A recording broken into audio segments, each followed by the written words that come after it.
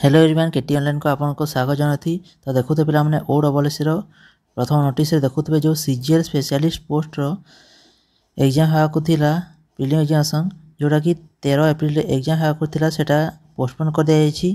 तो ये मेंशन कराई कि तार नोटिस आसो के एग्जाम हाँ कि यहाँ प्रथम नोटिस थिला।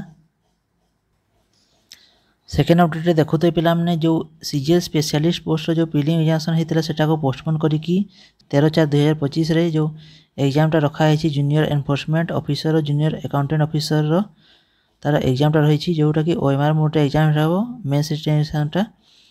तो देखुते पे लैंग्वेज टेस्ट रही इंग्लिश ओडिया 100 मार्क आ जनरल स्टडीज रही 100 मार्क आ तार टाइमिंग देखुते 90 मिनिट रही 9टा AM रु 10:30 AM जे एग्जाम रही।